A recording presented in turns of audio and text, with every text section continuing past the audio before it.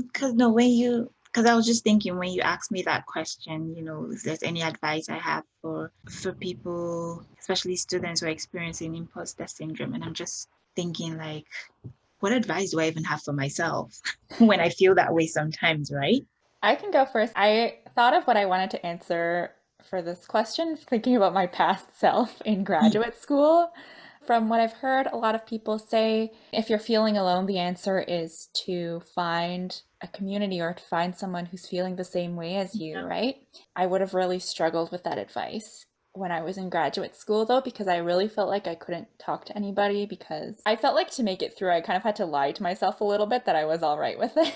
Yeah. I just really didn't want to like open a big can of worms that I couldn't close before I graduated. I'm like, I just need to make it out. I don't know if I could have reached out even like when I was in graduate school. So for people maybe like me who feel like they really can't reach out and they don't have any options, Mhm. one thing I think that I could have done is done a little bit more research. So what's great is that there's a lot of content online or in books or other places that you can look where there are people who are experiencing imposter syndrome and talking about it, even like on the other side of the country and the other side of the world and every place doing research.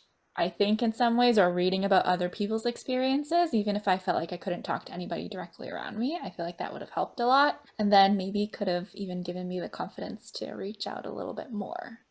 I agree with you. So, like, just doing that research to know how to go about it, like if it's like finding a communities, or like a support system, like for example, those who are, let's say, religious, maybe like, being part of like a church group yeah, or like let's say, for example, like in my case, it may be, let's say, finding like a support network within my community, within, let's say, the Nigerian community that I can, be part of, because sometimes they could have like really important information about, sometimes even about job opportunities, right?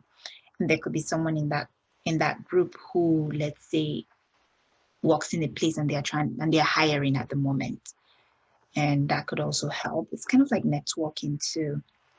Um, So eventually you do need to reach out, but yeah, it's kind of it's it's it's about kind of building up to get to that point where you can do. yeah, it's funny because everything about being an adult means you have to do everything yourself. You have to reach out to people. Yeah, you want a job, you have to reach out.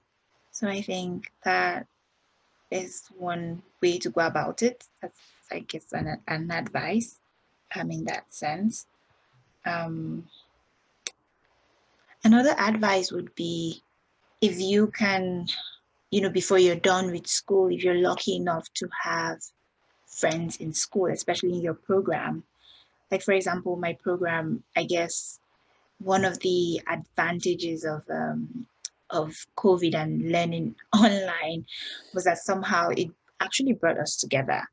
So we could admit, like my classmates, we could admit at a very early stage that, we're definitely missing out from that in-person opportunity, where if, we're in class, we would just say hi to each other. If we had questions, we would just ask each other in person.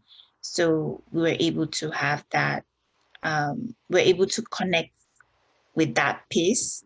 So we have like a group, a WhatsApp group, where if we need anything, we just ask questions and people come around and they answer.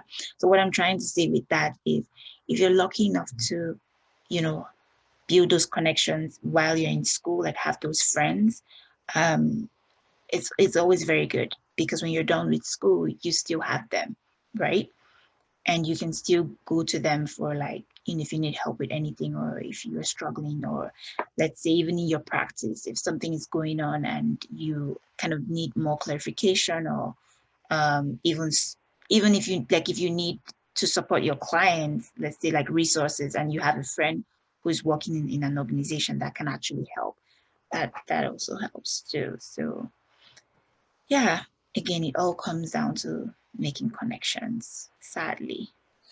You have to do that yourself. Not that it's sad, but like It's just harder. it's hard. Yeah, it is. That's why. insane it all comes to that. Yeah.